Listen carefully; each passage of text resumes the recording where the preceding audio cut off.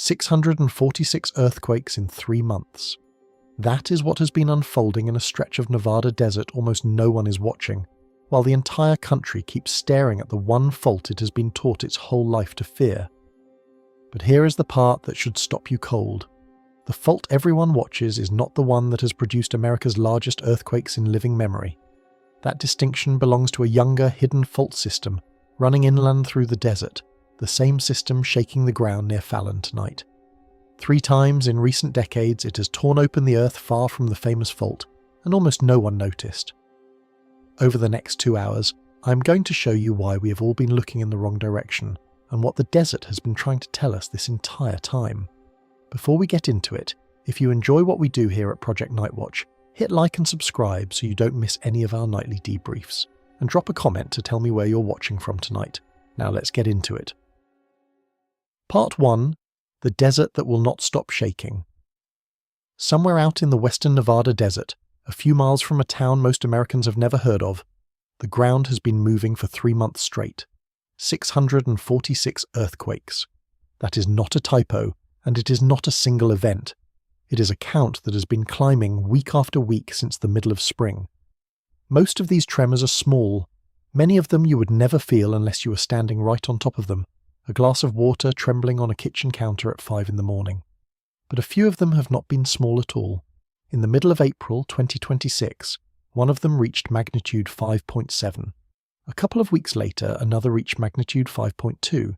And just this week, on the morning of June 12th, 2026, the desert shook again, a magnitude 4 that woke people up near the town of Fallon and rattled windows as far away as Reno. Here is the strange part. Almost no one is talking about it. There are no emergency broadcasts. There are no maps on the evening news with red zones and evacuation routes. If you searched for the biggest earthquake story in America right now, you would be pointed, almost without exception, toward a single familiar name. You would be pointed toward California, toward the coast, toward the one fault that has lived in the American imagination for 100 years. And that tonight is exactly the problem. Because while the entire country has been trained to stare at one fault, the ground has been quietly tearing itself apart somewhere else entirely. And the place where it is happening is not a fluke, not an oddity, not a random patch of desert getting unlucky. It sits directly on top of what may be the most important and least understood fault system on the continent. I want to be careful here, because this channel does not deal in panic. A swarm of magnitude 5 earthquakes in the desert is not by itself a catastrophe. Nobody has died, no cities have fallen. If that were the whole story, it would be a footnote. But it is not the whole story, and the reason it is not has everything to do with where these earthquakes are happening, and what that location has already done to this country, within living memory. Tonight we are going to follow the ground instead of the headlines. We are going to look at the place the data has been pointing all along, and ask a question that almost no one in the public ever asks. What if the earthquake that finally breaks the American West does not come from the fault everyone is watching? What if it comes from the one nobody is looking at? To understand why that question matters, you have to understand what is actually moving beneath that Nevada desert. The western edge of North America is not one clean break between 2 tectonic plates. It is a contest. On one side sits the Pacific plate, grinding its way to the northwest. On the other sits the North American plate, holding its ground.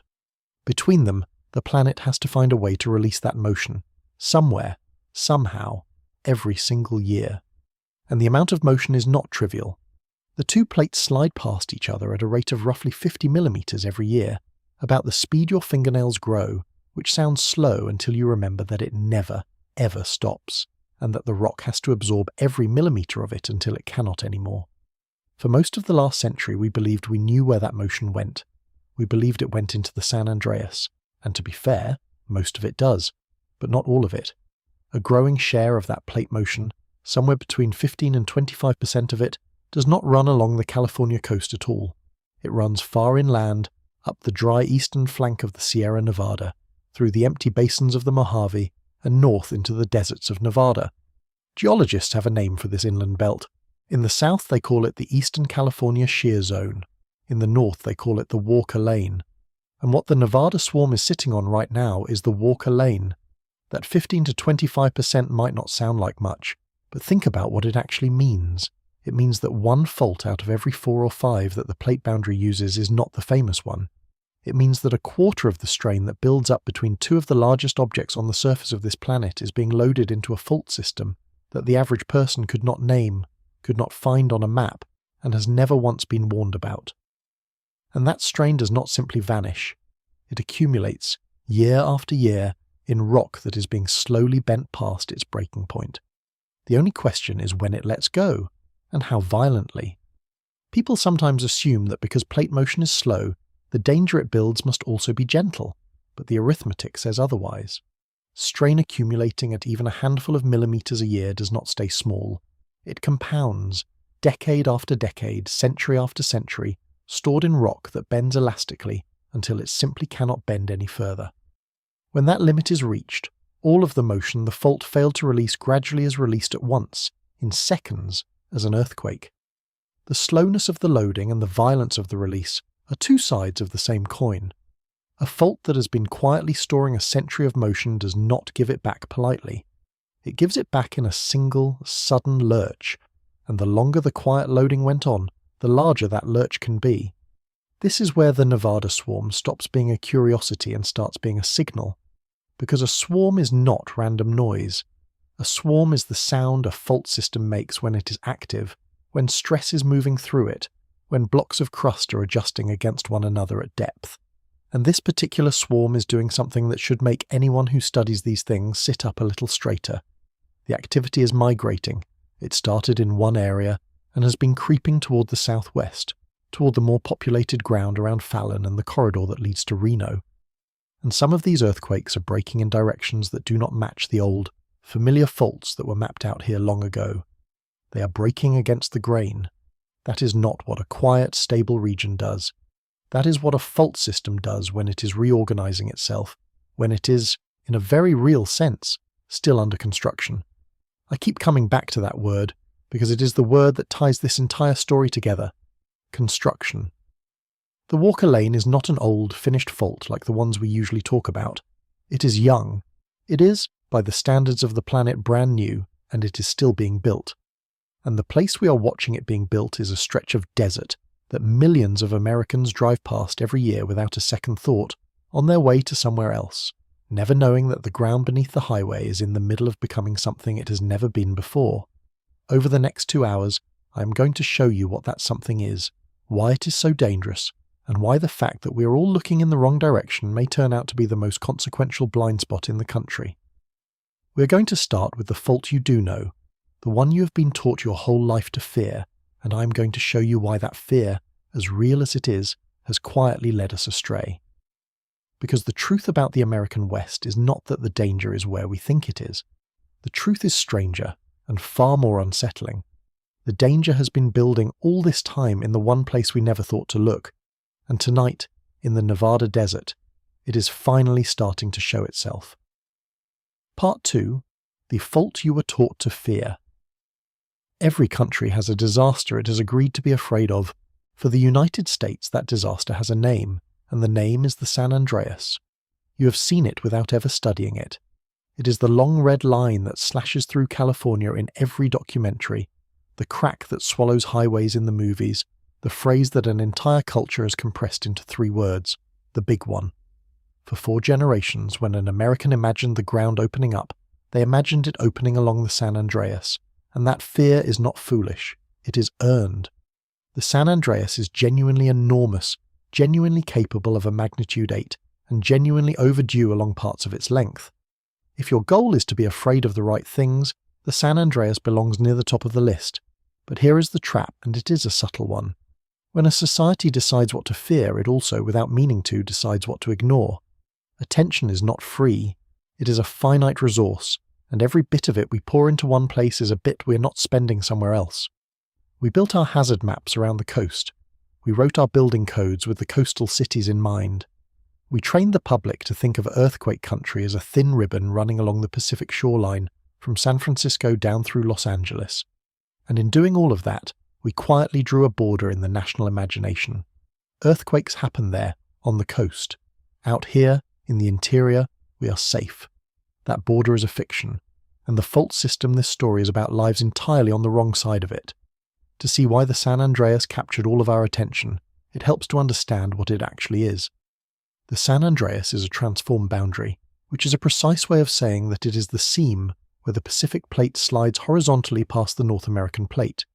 It is old, by the standards of these things, tens of millions of years old, and over that time it has become extremely good at its job. It is a mature fault. The strain that builds along it tends to concentrate onto one main, through-going break, which is exactly why it can produce such large earthquakes. A mature fault is an efficient fault. It has had time to organize itself into a single, continuous line that can rupture along hundreds of miles in one terrible motion. Because it is so efficient, and because it runs straight through some of the most populated land in the country, the San Andreas earned every bit of the scientific firepower we have aimed at it. We have wired it with sensors, we have mapped its every bend, we have calculated its recurrence intervals down to the decade, and all of that work was correct and necessary. But it had a side effect that almost no one noticed at the time. It taught us to equate the plate boundary with a single fault. It taught us that the danger was a line we could draw, a place we could point to, a thing we could contain in our minds, and the planet, as it turns out, does not work that way. Remember the number from a moment ago. The San Andreas takes up about 75% of the motion between the two plates, 3/4, which means that for as long as we have been staring at that famous line, a full quarter of the force grinding between two continents has been going somewhere we were not looking. It does not get absorbed by the coast. It does not disappear into the San Andreas. It travels inland, into the desert, and it gets taken up by a different system entirely, one that does not behave like the San Andreas at all, and one that, precisely because it is not the San Andreas, almost no one outside of geology has ever heard of. This is the center of the misdirection. We did not get the San Andreas wrong.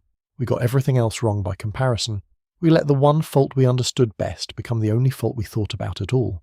And so when the ground started breaking out in the deserts of California and Nevada, again and again, in some of the largest earthquakes this country has experienced in decades, it did not fit the story we had told ourselves. It happened in the wrong place. It happened off the map. And because it happened off the map, it never fully landed in the public mind. The earthquakes were real. The damage was real. But the lesson never stuck, because we were already looking somewhere else. I want you to hold on to a single mental image as we go forward, because it will make everything that follows click into place. Picture the western United States not as a coast with one dangerous line down it, but as a wide zone of breaking ground, a belt that is hundreds of miles across. On the far western edge of that belt runs the San Andreas, old and famous and efficient. But the belt does not end there. It extends inland, across the mountains and the basins, all the way to the deserts of Nevada. And along that inland edge, something is happening that is not happening on the coast. A new fault system is being assembled in real time out of the leftover quarter of the plate motion that the San Andreas never took. The coast is where the danger matured. The interior is where the danger is being born. There is a reason a young fault system gets so little of our attention, and it is almost psychological. We are drawn to the singular and the named. A single great fault with a famous name and a clear line on a map is something the mind can hold on to, fear, and tell stories about. A diffuse belt of cracking ground spread across hundreds of miles of empty interior, with no single dramatic line and no household name, is something the mind slides right past. It does not make for a clean headline or a memorable disaster film, and so the very nature of the inland system, distributed and unnamed, has helped keep it invisible, not because it is less dangerous, but because it is harder to picture. Tonight I am asking you to picture it anyway, because the things that are hardest to picture are often the ones that matter most, and a newborn fault system, as we are about to see, can be every bit as deadly as an old one. It is simply more chaotic, harder to predict, and far easier to ignore. That is the direction we have to turn now, away from the line everyone watches, and toward the system almost no one names. Because the Nevada desert is shaking for a reason, and the reason has a name, even if you have never heard it spoken out loud. To understand why 646 earthquakes in 3 months is a signal, and not just noise, you have to understand the thing they are coming from. You have to understand the crack that nobody named. Part 3. The crack that nobody named. There is a place on Earth where you can watch a plate boundary being born. Not a finished one, not an old one, but a brand new one, caught in the act of forming. It is one of the only places like it on the planet, and it happens to run straight through the western United States, up the spine of Nevada, through the same desert that has been shaking for the last 3 months.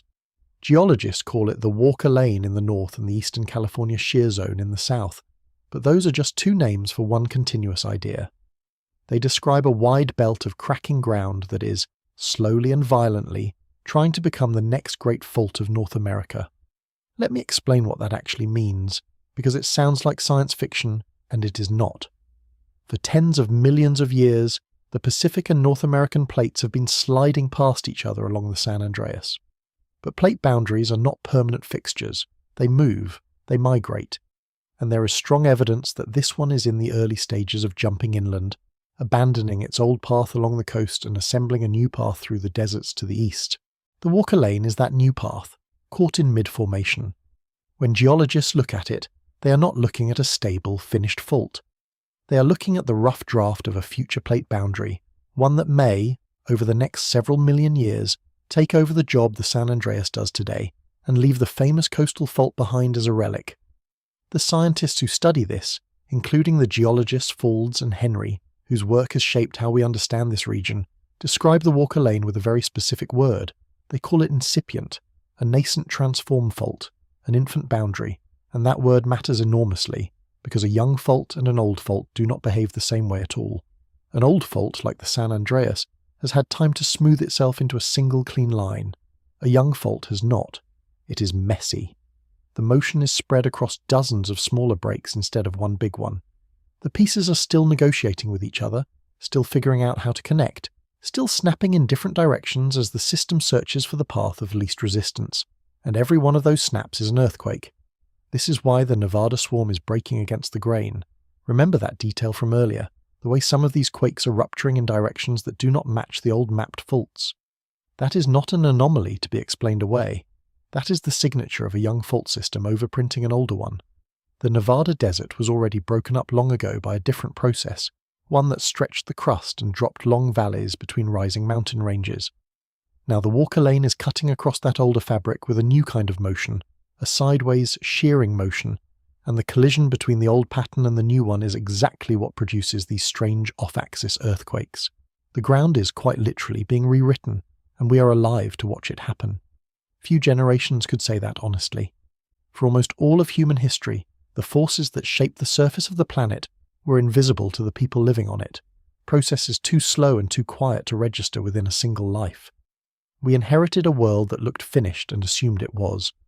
Only in the last handful of decades, with instruments sensitive enough to feel the ground move 1,000 miles away and satellites precise enough to watch the crust deform from orbit, have we been able to catch the planet in the act of remaking itself? The Walker Lane is one of the clearest windows we have into that act, and the Nevada swarm is that window briefly lighting up. Now, how much of the plate motion does this young system actually carry? The honest answer is that the numbers vary across the belt, but the geodetic measurements, the precise satellite tracking of how the ground is moving, show something remarkable. Across the western Great Basin, the Walker Lane is accommodating on the order of 10 millimeters of motion every year. Toward its northern end in northeast California, that figure drops below 2.5 millimeters. But 10 millimeters a year, year after year, is not a trivial amount of strain for a young fault to swallow. Over a single human lifetime, that is the better part of a meter of accumulated motion that the rock has to store and eventually release. And a young, disorganized fault system has fewer ways to release it gently. It tends to release it in bursts. I want to make sure the scale of this lands, because it is easy to hear the word young and assume it means small or harmless. It does not. A newborn fault system is not a gentle thing. It is arguably more dangerous than a mature one in certain ways, precisely because it is unpredictable. On a mature fault, we can at least estimate where the next great earthquake is likely to start and stop, because the fault is a known continuous line. On a young system spread across a whole belt of desert, we cannot say with the same confidence which segment will go next, or how far a rupture might travel once it starts, or which neighbouring fault it might wake up on the way. The uncertainty is not a comfort. The uncertainty is the danger. Think of it like the difference between an old road and a road still under construction. On an old finished highway, you know where the lanes are, where the exits fall, where the turns will come. You can drive it in the dark. A road still being built is another matter entirely. Crews are cutting new paths, abandoning old ones, connecting segments that did not used to meet, and the route changes from one season to the next. You cannot drive it on memory, because the memory is already out of date. The Walker Lane is that road under construction, and the earthquakes are the construction itself. Every swarm, every off-axis rupture, is the system laying down a new stretch of pavement we did not know was coming. That is why forecasting here is so much harder than on the mature fault to the west, and why the honest scientific answer to where the next great inland earthquake will strike is, far too often, that we cannot yet say. And here is the part that should genuinely change how you think about the map of American earthquake risk. This young, inland, unpredictable system is not some distant geologic abstraction that only matters on a timescale of millions of years. It is active right now. It has produced large earthquakes within the lifetimes of people watching this video. The deserts of California and Nevada that sit on top of this belt have, over the last few decades, hosted some of the most powerful earthquakes the lower 48 states have experienced in living memory. Not on the San Andreas, on this. On the crack that nobody named, the one we drew off the edge of our mental map and stopped thinking about. That is the claim I am building toward tonight, and I do not want you to take it on faith, so we are going to walk through the evidence one event at a time. Because if I told you that the largest earthquakes in the modern history of the contiguous United States happened in the empty desert, far from the famous fault, on a system most people have never heard of, you would be right to want proof.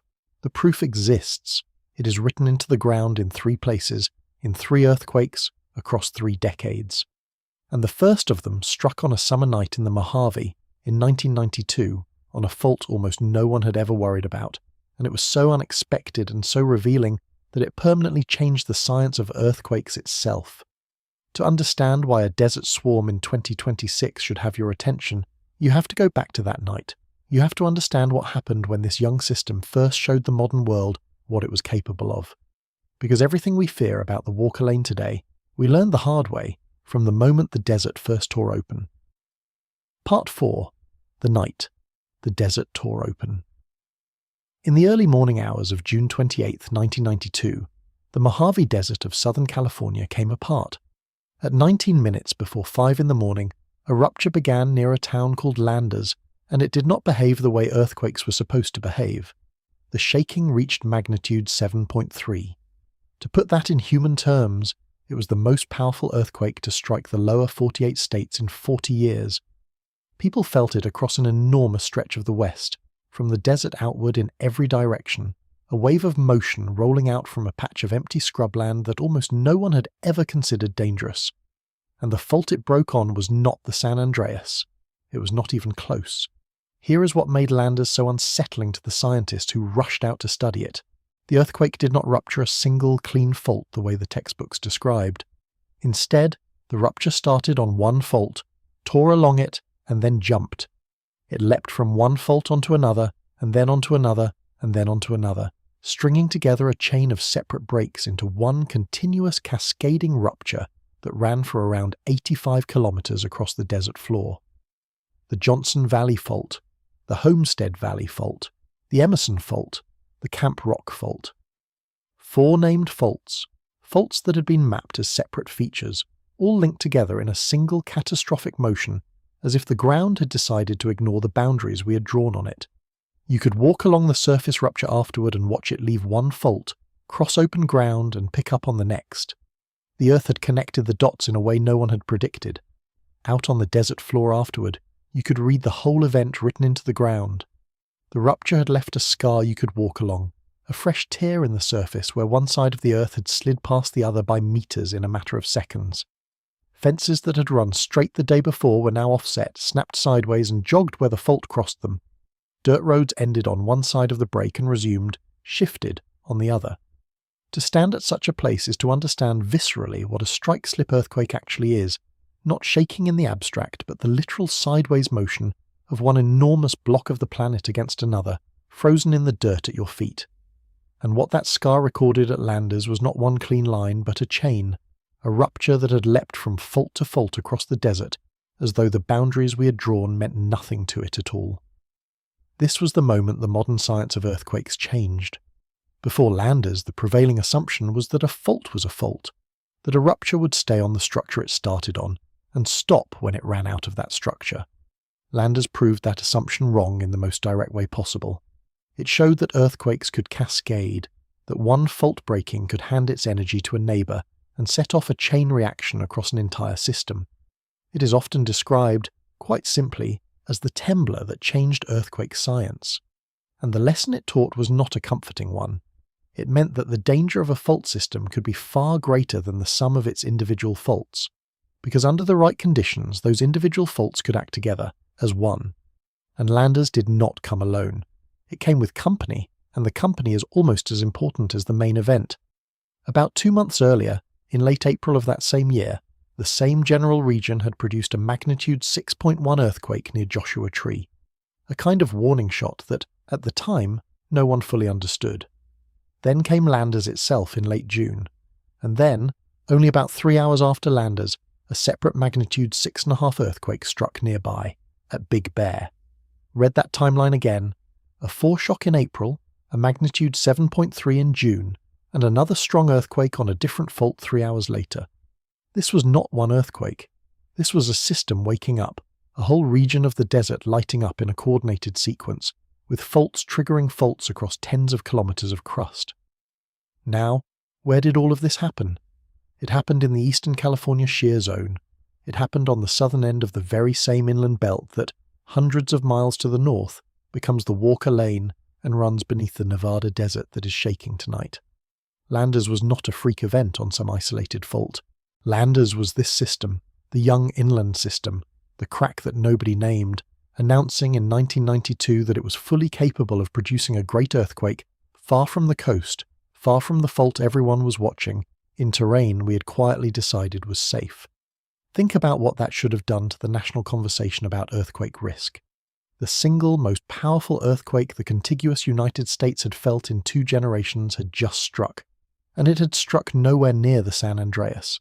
It had struck in the desert, on the overlooked system, and it had revealed that this system could chain multiple faults together into a monster. If we had been paying attention, that should have permanently widened the map of where Americans believe earthquakes happen. It should have moved the interior, the deserts, the basins, squarely into the category of serious seismic danger. But it mostly did not. Because Landers happened in a sparsely populated area, because the death toll was low compared to what a coastal city would have suffered, the event landed in the scientific community with enormous force and in the public imagination with barely a ripple. The science changed. The public's mental map did not. That gap between what the scientists learned and what the public absorbed is the exact gap this entire story lives inside. The researchers who study the Walker Lane and the Eastern California shear zone have understood for decades that this is a serious, active, dangerous system. They have published it openly. There is no secret here, no suppression, no cover-up, whatever you may read online. The information has been sitting in plain view the entire time. The failure was never one of knowledge, it was one of attention. We knew, and we looked away anyway, because the danger did not fit the story we had already decided to tell about where earthquakes belong, and the desert was not finished teaching us. Because if Landers had been a one-time event, you could perhaps file it away as a terrible accident, a fault that broke once and would not break again for thousands of years. The recurrence intervals seemed to support that comfort. The faults that broke at Landers were estimated to produce a great earthquake only once every several thousand years, in some estimates once every 1,500 to 50,000 years. By that math, having broken in 1992, that ground should have gone quiet for an almost unimaginable span of time. The desert should have been finished for millennia. You could sleep easy. The system had spent itself, except it had not. Because 7 years later, only 7 years, the same inland system broke again, with another earthquake nearly as large, only about 20 kilometers away from the Landers rupture. And that second earthquake shattered the comfortable arithmetic completely. It proved that this young system does not wait politely for thousands of years between great earthquakes. It proved that one rupture can load the next, that these faults talk to each other, that the danger does not reset to zero after a big event, but can instead pass like a baton from one fault to the one beside it. That second earthquake is where the recurrence math, the math that lets us sleep, fell apart. And it is where we have to go next, because it changes everything about how we should read a swarm of 646 earthquakes in the Nevada desert tonight. Part 5. The Aftershock That Came. 7 years late. On the 16th of October, 1999, the desert broke again. The earthquake struck in a remote, almost empty part of the Mojave, roughly 47 miles east-southeast of Barstow, in a place called Hector Mine. It reached magnitude 7.1. By the raw numbers, it was very nearly a twin of Landers, another enormous earthquake on the same overlooked inland system, tearing some 40 kilometers of fresh rupture across the desert floor. And it struck only about 25 kilometers to the west of where Landers had ruptured just 7 years before. 2 great earthquakes, magnitude 7 and up, on the same fault system within a single decade, within sight of one another. According to everything we thought we knew about how often these faults break, that should have been close to impossible. Let me put the impossibility in concrete terms, because this is the number that should keep a seismologist up at night. The faults in this part of the Eastern California shear zone were estimated to produce a magnitude 7 earthquake, somewhere between once every 1,500 years and once every 50,000 years. Those are the recurrence intervals, the average spacing between great earthquakes on an individual fault. Take the middle of that range and you are talking about tens of thousands of years of expected quiet between major ruptures, and yet here were 2 of them, 7 years apart, 20 kilometers apart. The odds of that happening by pure chance, if these faults were truly independent of one another, are vanishingly small. So either we had witnessed an extraordinary coincidence, or the faults were not independent at all. They were talking to each other. The science came down firmly on the second answer. When researchers modelled the stress changes caused by the 1992 Landers earthquake, they found that Landers had subtly reshaped the stress field of the surrounding crust. When a fault ruptures, it does not just release stress, it also redistributes it. It relaxes some areas, and it loads others, like squeezing one part of a balloon and watching another part bulge out. And the modelling showed that the Landers rupture had pushed additional stress onto the very patch of crust that would later fail at Hector Mine. Landers had in effect helped load the gun that Hector Mine fired 7 years later. The first great earthquake had brought the second one closer. The danger had not reset, it had migrated. The way to picture this is to imagine the crust as an enormous stiff sheet under tension, with many small clamps holding it in place. When one clamp fails in a sudden snap, the load it was carrying does not vanish. It is instantly transferred to the clamps around it, which now bear more than they did a moment before. Some of them may be close enough to their own breaking point that this added load is the final push. They do not have to fail in the same instant. They can hold the new, higher stress for years, slowly creeping toward failure, until one day they let go too. That is the relationship between Landers and Hector Mine in physical terms. The first earthquake did not relieve the region. It redistributed the burden, and 7 years later a neighbouring patch of crust carrying that transferred load finally gave way. This is the concept that should fundamentally change how you read a desert earthquake swarm. Faults are not sealed boxes that each keep their own private schedule. They are connected. They share stress. When one part of a system moves, it changes the pressure on the parts around it, and it can advance the clock on a neighbour by years, by decades, even by centuries. On a young, crowded, disorganised system like the Eastern California shear zone and the Walker Lane, where the motion is spread across many faults packed close together, this interconnection is not a rare exception. It may be the normal mode of operation. The system does not break once and rest. It breaks and reloads its neighbour and breaks again. Now hold that idea in your mind and look north, to the Nevada desert, to tonight. We have a swarm of 646 earthquakes. We have a magnitude 5.7 and a magnitude 5.2 among them. We have activity that is migrating across the ground toward more populated areas, and we now know from Landers and Hector Mine that on this kind of system, motion in one place changes the stress in the places around it. I am not telling you that the Fallon swarm is about to produce a magnitude 7. I want to be very clear and very honest about that, because false certainty is the enemy of understanding. Most swarms do not end in a great earthquake. The most likely outcome by far is that this sequence winds down without a major event. But the Landers and Hector Mine story tells us something we cannot unknow. It tells us that this system is capable of large earthquakes, that those earthquakes can come in clusters rather than tidy isolated events, and that activity in one part of the belt is not irrelevant to the rest of it. A swarm is the system reminding us that it is loaded. There is something almost eerie about the way Hector Mine arrived. For 7 years after Landers, you could have stood in that stretch of desert and told yourself the danger had passed, that the great earthquake had come and gone and would not return in your lifetime or your children's lifetimes or for 100 generations after. The recurrence math gave you permission to believe that. And then, on an October morning, the ground proved the math wrong, not over thousands of years, but over 7. The comforting timescale, the one that let everyone look away, turned out to be a story we were telling ourselves rather than a promise the Earth had made.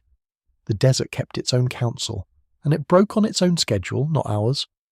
I think this is the part of the story that is hardest for people to sit with, because it removes a particular kind of comfort. We like to believe that geologic danger operates on geologic time, that anything measured in thousands of years is, for practical purposes, not our problem. Landers and Hector Mine took that comfort away. They showed that the Eastern California shear zone could produce 2 great earthquakes inside a single decade, that the system was active not on some distant abstract timescale, but on the timescale of a human career, a mortgage, a childhood. And the same system, in its northern incarnation as the Walker Lane, runs beneath the ground that is shaking right now. The desert that taught us this lesson in the south is connected geologically and conceptually to the desert giving us a warning in the north. So we have 2 great earthquakes on the overlooked system, 7 years apart in defiance of the recurrence intervals, linked by the stress one passed to the other. That should have been enough to permanently relocate the danger in the public mind, to move it off the coast and into the interior. It was not enough. The events were too remote, the casualties too few, the story too far from the script, and so the system kept working in the shadows, kept loading, kept waiting. And 20 years after Hector Mine, it broke a 3rd time, in an event that millions of people actually felt, an earthquake that came with its own foreshock and its own crossing faults, and its own clear message: Ridgecrest. And Ridgecrest brings this story almost all the way up to the present, because it happened recently enough that some of you watching tonight remember exactly where you were when the ground moved. That is where we turn next. Part 6. The Day 2 Faults Crossed. On the 4th of July 2019, while much of the country was lighting fireworks and firing up grills, the desert near a town called Ridgecrest began to shake. At 33 minutes past 10 in the morning local time, a magnitude 6.4 earthquake struck. For most places, a magnitude 6.4 would be the main event, the headline, the thing people would talk about for years. In the Eastern California shear zone, it turned out to be only the warning, because a little more than a day later, on the evening of the 5th of July at 19 minutes past 8, the ground broke again, and this time it reached magnitude 7.1. The 6.4 had been a foreshock. The 7.1 was the main shock, and together they made the Ridgecrest sequence the largest earthquake event Southern California had seen in 2 decades. What happened beneath Ridgecrest was, in its own way, just as revealing as Landers had been 27 years earlier. The 2 earthquakes did not break the same fault. They broke 2 different faults that cross each other, faults oriented in nearly perpendicular directions, now known as the Saltwells Valley and Paxton Ranch fault zones.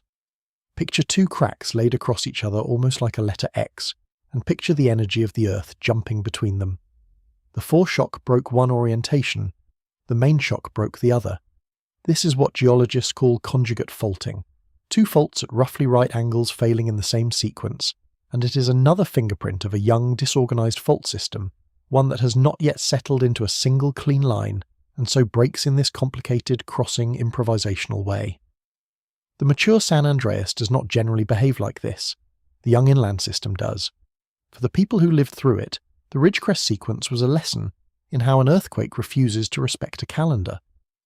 The foreshock arrived on a holiday morning, in the middle of cookouts and family gatherings, just large enough to frighten everyone and damage some older structures, and then for a day and a half the region sat in an uneasy lull, hoping that had been the worst of it. It had not. The following evening the ground delivered the real blow, larger than the first, and the infrastructure of the area, including a major naval installation in the high desert, took serious damage. The sequence stranded that uneasy day and a half between the 2 largest events as a kind of cruel reminder that with this system, the first strong shock is not a guarantee that the worst is over. Sometimes it is only the question, and the answer comes later, and here is the number that nails this earthquake to the centre of our story. The Ridgecrest sequence happened roughly 140 kilometres, about 87 miles east of the San Andreas, 87 miles inland from the fault everyone watches, and the stretch of the Eastern California shear zone where it struck is estimated to take up around 20% of the total motion between the Pacific and North American plates. 20% of the entire plate boundary's work, being done 87 miles from where the public believes the danger lives. The shaking from Ridgecrest was felt across an immense area, from Northern California all the way to central Arizona. A reminder that an earthquake in the empty desert does not stay in the empty desert. Its energy travels. Its reach is continental. That continental reach is itself a clue about how much energy these events carry. When the ground in a remote desert can be felt by people 1,000 miles away in a different state, it tells you that the rupture has injected an enormous pulse of energy into the crust, enough to ride through the rock across most of the width of the country, and still arrive strong enough to notice. We tend to imagine an earthquake as a local thing confined to the place it strikes, but a great rupture is a continental event, sending its waves out through the entire body of the continent. The fact that Ridgecrest in the empty high desert reached so far is a measure of what the same energy would do if it were released not in emptiness but beneath the homes and lifelines of a populated corridor. Now, what makes Ridgecrest so important for tonight is not just that it confirmed the pattern, it is that it happened recently, and it happened to people who were paying attention, and still, even then, the lesson did not fully take hold. Some of you watching remember Ridgecrest. You remember the videos of swimming pools sloshing, of store shelves emptying onto the floor, of the desert highways cracked and offset. And yet, ask yourself honestly, when Ridgecrest happened, did the national conversation shift to the Eastern California shear zone? Did people start asking about the Walker Lane? Did the interior of the West suddenly enter the public's map of earthquake country? For the most part, no. Ridgecrest was reported as a California earthquake, slotted into the existing San Andreas anxiety, and then it faded. The specific, crucial fact that this was the third great earthquake in 3 decades on the overlooked inland system almost never made it into the story. So let us say it plainly, all 3 together, because the pattern only becomes undeniable when you line them up. Landers, 1992, magnitude 7.3. Hector Mine, 1999, magnitude 7.1. Ridgecrest 2019, magnitude 6.4 followed by magnitude 7.1. 3 great earthquakes, across 3 decades, every single one of them on the Eastern California shear zone, every single one of them far from the San Andreas. These were, collectively, among the largest earthquakes the contiguous United States experienced in the entire modern era, and not one of them happened on the fault we spend all of our attention on. They happened on the system we drew off the map. If that does not rearrange your sense of where the danger in this country actually lives, I do not know what will. There is a tendency, when people hear this, to want to argue that these were all in California, that this is still basically the same coastal hazard we already knew about. But that framing misses the entire point, and it misses it in a way that is geographically dangerous. The Eastern California shear zone is not the coast, it is the interior, and it does not stop at the California state line. It continues north, becoming the Walker Lane, threading up through the deserts and basins of Nevada, past Reno, past Carson City, through the corridor where Fallon sits, the same corridor that has produced 646 earthquakes in the last 3 months. The faults that broke at Landers and Hector Mine and Ridgecrest are the southern expression of the system. The Nevada swarm is the northern expression of the same system. They are not separate stories. They are one story, told along the length of a single growing scar in the crust of the continent. That is why a swarm in the Nevada desert is not a local curiosity. It is the most recent chapter in a saga that has already produced 3 of the most powerful earthquakes in modern American history, on ground we have collectively agreed not to worry about. And the Nevada chapter has a particular feature that the California chapters mostly lacked, a feature that should make us pay closer attention, not less. The California events broke in remote, sparsely populated desert. The northern Walker Lane, by contrast, runs much closer to real cities. It runs toward Reno, a metropolitan area of hundreds of thousands of people.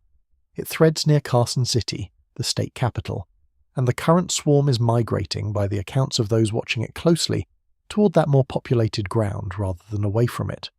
We have established the pattern and the proof. Now we have to confront the precedent, because this is not the first time this exact system has produced a long earthquake swarm right next to a Nevada city. It happened once before, in a way so similar to what is unfolding now that it is almost unnerving to compare them side by side. To understand what the Fallon swarm could become, we have to go back to 2008, to a quiet neighbourhood on the western edge of Reno, where the ground started shaking and would not stop, and where the residents learned, over the course of 2 anxious months, exactly what a Walker Lane swarm can build toward. Part 7. The swarm 10 kilometres from a city. In February of 2008, the ground beneath the western suburbs of Reno, Nevada, began to tremble. It started small, in and around the neighbourhoods of Mogul and Somerset, only about 10 kilometres west of downtown Reno.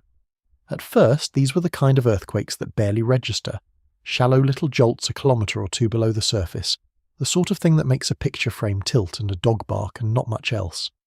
But they did not stop. Day after day, week after week, the swarm continued, and the residents of West Reno found themselves living inside a geologic experiment, feeling the floor of their own homes move again and again, never knowing whether the next one would be bigger or whether the whole thing would finally fade away. It did not fade away quietly. Over roughly 2 months, the swarm produced more than 2,000 earthquakes of magnitude 1 or greater. 2,000! And as the weeks wore on, the pattern did something that should sound familiar by now. The rate of earthquakes increased. The magnitudes crept upward. The sequence was not winding down. It was winding up. And on the 26th of April, 2008, after 2 months of escalation, it culminated in its largest event, a magnitude 5, a right lateral strike-slip earthquake, the kind of sideways motion that is the signature of the Walker Lane. The swarm that had started as a barely noticeable nuisance had built step by step to a moderate earthquake right on the doorstep of a major city. When scientists later studied that sequence using satellite radar, a technique that can measure how the ground deforms from space, they found something that connects it directly to everything we have been discussing. The Mogul swarm was not just random shaking, it was evidence of the Walker Lane extending itself westward, of that young right lateral shearing motion pushing into and overprinting the older stretched terrain of the Reno Basin. In plain language, the satellite data caught the Walker Lane in the act of growing, of advancing its style of faulting into new ground, using a swarm of earthquakes beside a city to do it. The same process I described earlier in the abstract, a young plate boundary assembling itself across older crust, was photographed from orbit happening 10 kilometres from where 250,000 people lived. I want you to sit with the parallel between 2008 and tonight, because it is close enough to be genuinely instructive. In 2008, a sustained swarm of small earthquakes near a Nevada population centre escalated over weeks and culminated in a moderate main shock on the Walker Lane. In 2026, we have a sustained swarm of earthquakes, 646 of them, and counting, in the same western Nevada region, on the same fault system, and the activity is migrating toward populated ground. I am not saying the Fallon swarm will follow the exact same script. Every sequence is its own animal, and the Fallon swarm has already produced larger events than the Mogul swarm did, the magnitude 5.7 in April being notably bigger than anything in the 2008 sequence. What I am saying is that we have a precedent on this exact system, in this exact part of the country, for a long swarm building toward a meaningful earthquake right next to where people live. We have seen this movie before. It is worth dwelling for a moment on what those 2 months actually felt like for the people of West Reno, because it is the human texture that the raw numbers leave out. Imagine living inside a sequence like that. Imagine the floor of your home moving a little, again on an ordinary Tuesday, and then again on Thursday, and then several times over the weekend, week after week, the jolts slowly growing rather than fading. Imagine the low, constant uncertainty of not knowing whether the next one would be the small kind you'd gotten used to, or something that finally broke the windows. That is what a building swarm does to a community. It is not a single moment of terror, but a long, grinding erosion of the sense that the ground is something you can trust. And it ended, in 2008, not with a return to calm, but with a magnitude 5, the largest event saved for last. We know it does not always end with the swarm simply fading out. There is a deeper lesson in the Mogul sequence too, one that goes beyond the single main shock. The 2008 swarm demonstrated that the Walker Lane near Reno is not a far-off, theoretical hazard that lives only in the geologic future. It is here, it is active, it is willing to produce thousands of earthquakes in a couple of months, and to put a magnitude 5 directly beneath suburban homes. And it did this in a region that, like the rest of the interior West, is not culturally wired to think of itself as earthquake country. The people of Reno are not raised the way the people of Los Angeles are raised, with earthquake drills and a constant background awareness of the fault beneath them. The interior cities sit in a kind of psychological blind spot, the same blind spot we have been tracing all night, and the Walker Lane sits directly underneath them. Consider also what has changed since 2008. Reno and the surrounding region have grown.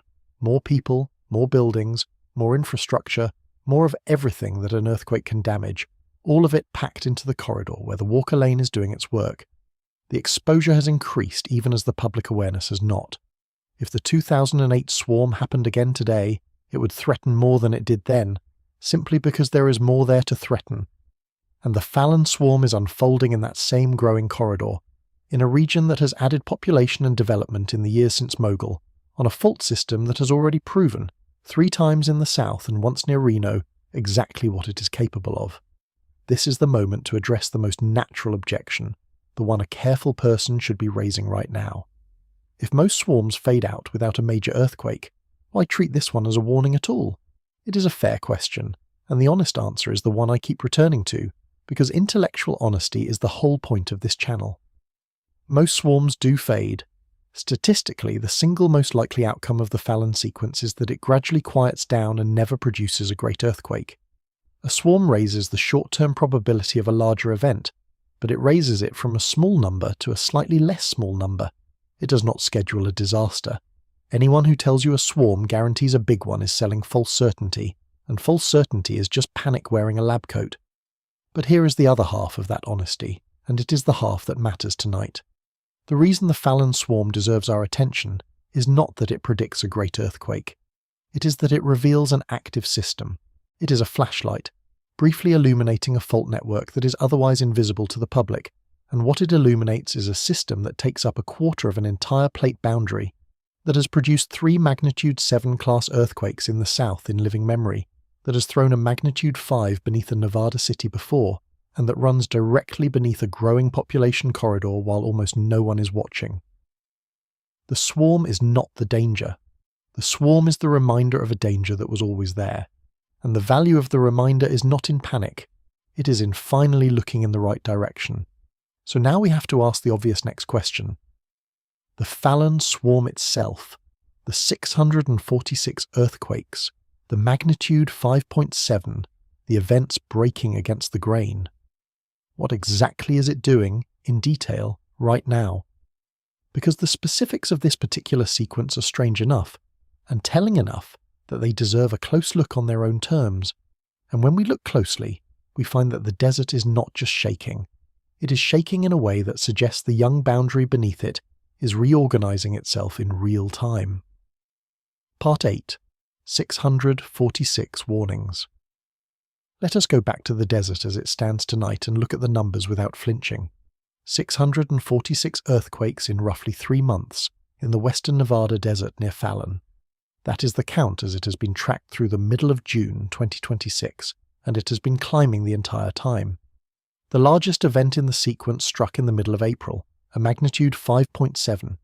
Then, about 2 weeks later, came the largest aftershock, a magnitude 5.2.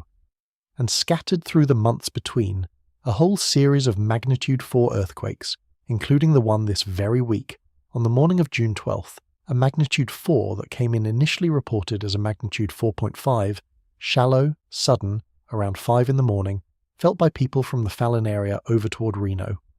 Now, taken one at a time, none of these is a disaster. A magnitude 5.7 is a respectable earthquake, the kind that can crack plaster and knock objects off shelves and frighten everyone within range. But it is not, on its own, a city killer. If this were a single magnitude 5.7 and then silence, we would note it and move on. But that is not what is happening. What is happening is a sustained, months-long sequence, hundreds of events, with multiple earthquakes in the 5 range and a steady drumbeat of 4s, all clustered in one stretch of desert maybe 10, 15, 20 miles across. That is not the ground settling. That is the ground working. And the way it is working tells a story. Two details about this swarm should command your full attention, because they are the details that separate an ordinary sequence from one worth a 2-hour examination. The first is migration. This activity is not staying politely in one spot. By the accounts of those monitoring it closely, the swarm has been creeping toward the southwest, and the more recent uptick has pulled the activity northward toward the Fallon area and the corridor that runs toward Reno. A migrating swarm is a swarm that is following stress as it moves through the crust, one patch of rock loading the next, failing and passing the strain along, the very same baton passing behaviour we saw between Landers and Hector Mine, only here it is playing out in miniature, in real time, over months instead of years. The second detail is the one I find most quietly remarkable. Some of these earthquakes are breaking against the grain. The Nevada desert has a dominant structural pattern, a set of faults and mountain ranges that mostly run in a north to south direction, carved by the older process that stretched this region apart over millions of years. But some of the recent Fallon earthquakes are rupturing in orientations that cut across that pattern, in west to east directions that do not match the old fabric. To a geologist, that is a tell. It is the signature of the Walker Lane, the young right lateral shear system, imposing its own new direction of motion onto the older stretched terrain. It is the sound of the boundary reorganizing itself, of the crust being actively rewritten, of a new fault system muscling its way across an old one. We talked about this in the abstract earlier. Tonight, in the Fallon swarm, you can hear it happening. It helps to understand the difference between two kinds of earthquake sequence, because the distinction is at the center of why this one is unusual. The familiar pattern is a main shock followed by aftershocks, a single large event that releases most of the stored stress, and then a tapering series of smaller adjustments as the crust settles. A swarm is different. In a swarm, there is no single dominant earthquake driving everything else. Instead, there is a sustained burst of activity, many events of comparable size, often without one clear main shock, and it tends to reflect a more complicated process at depth. Sometimes the movement of fluids through the rock, sometimes the gradual reorganization of stress across a network of faults. The Fallon sequence has the character of a swarm, and a swarm on a young reorganizing boundary is exactly the kind of thing that signals an active, evolving system rather than the orderly aftermath of a single break. Put those two details together, the migration and the cross-grain ruptures, and you get a picture of a fault system that is not static, not finished, not merely releasing some leftover stress from an ancient event. You get a picture of an active, evolving young boundary, doing exactly what a young boundary does. It is searching for its path. It is testing faults, linking them, abandoning some and recruiting others, all through the medium of earthquakes. And it is doing this in a corridor that runs toward growing cities, on a system that has already shown us 3 times in the south what its mature ruptures look like. I want to flag something about the way this swarm has been observed, because it speaks to the central theme of misdirection. Much of the close, attentive tracking of this sequence has come not from blaring official alerts, but from independent observers watching the raw seismic feeds, the people who actually pay attention to the ground for its own sake. The data is public, the earthquakes are logged the moment they happen, but the synthesis, the recognition that these 646 events form a coherent and meaningful sequence on a critically important fault system, that recognition has mostly happened at the margins, away from the headlines. The official monitoring exists and it is competent, but the story has not been elevated to the public the way a comparable sequence on the San Andreas surely would have been. Once again, the information is available, the attention is not. And there is a sobering wrinkle in how these early magnitudes get reported, one worth understanding so you can read these events wisely. When an earthquake first strikes, the initial magnitude is a rapid estimate, and it often gets revised in the minutes and hours that follow as more data arrives. The magnitude 4 this week, for instance, came in first as a 4.5 before being adjusted. Reading raw seismograph traces in real time, trying to guess a magnitude from the size of a wiggle on a screen, is genuinely difficult, because the apparent size of the signal depends on how far the station is from the quake and how far down the quake was, not just on its true energy.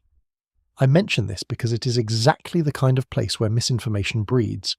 Someone sees a big spike on a live feed, guesses a magnitude 7, and a rumour is born. This is one of the quiet ways that good information and bad information part company in a moment of public attention. The careful observer waits, lets the data refine, and reports the steadier number that emerges an hour later. The careless one broadcasts the scariest possible reading in the first 60 seconds, when the estimate is least reliable, and that first wrong number is the one that travels fastest and furthest. By the time the corrected figure arrives, the rumour has already circled the globe. It is a small example of the larger theme of tonight, the way attention and accuracy so often fail to line up, and it is why reading a sequence like the Fallon swarm responsibly means having the patience to let the ground finish speaking before deciding what it said.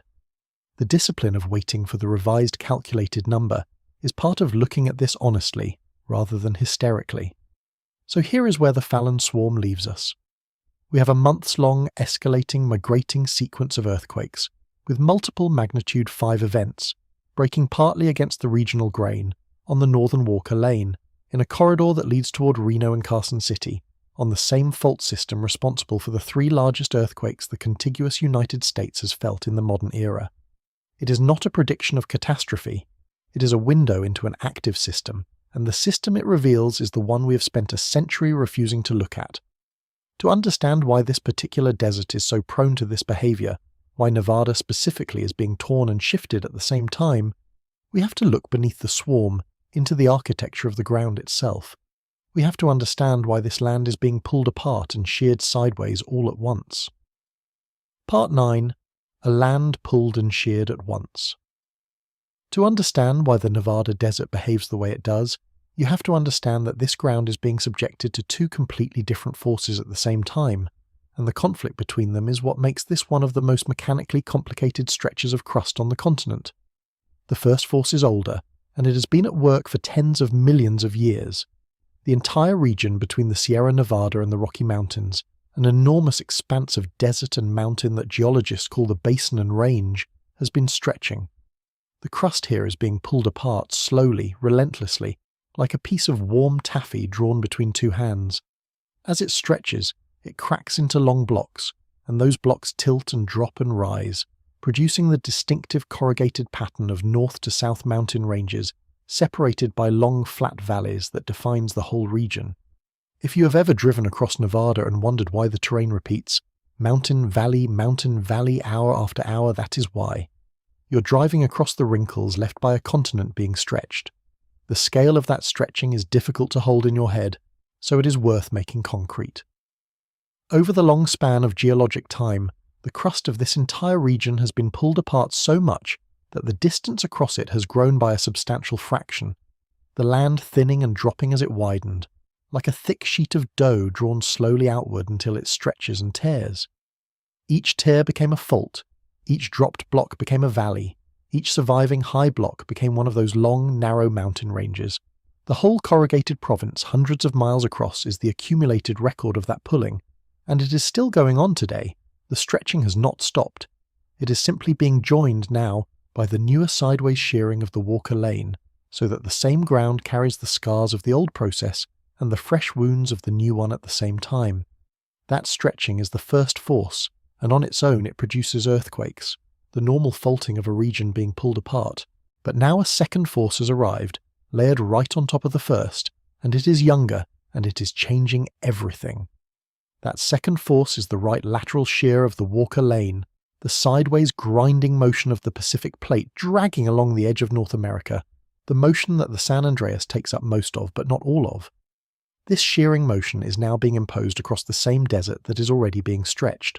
So the ground here is being pulled apart and sheared sideways simultaneously, 2 different styles of deformation acting on the same rock at the same time.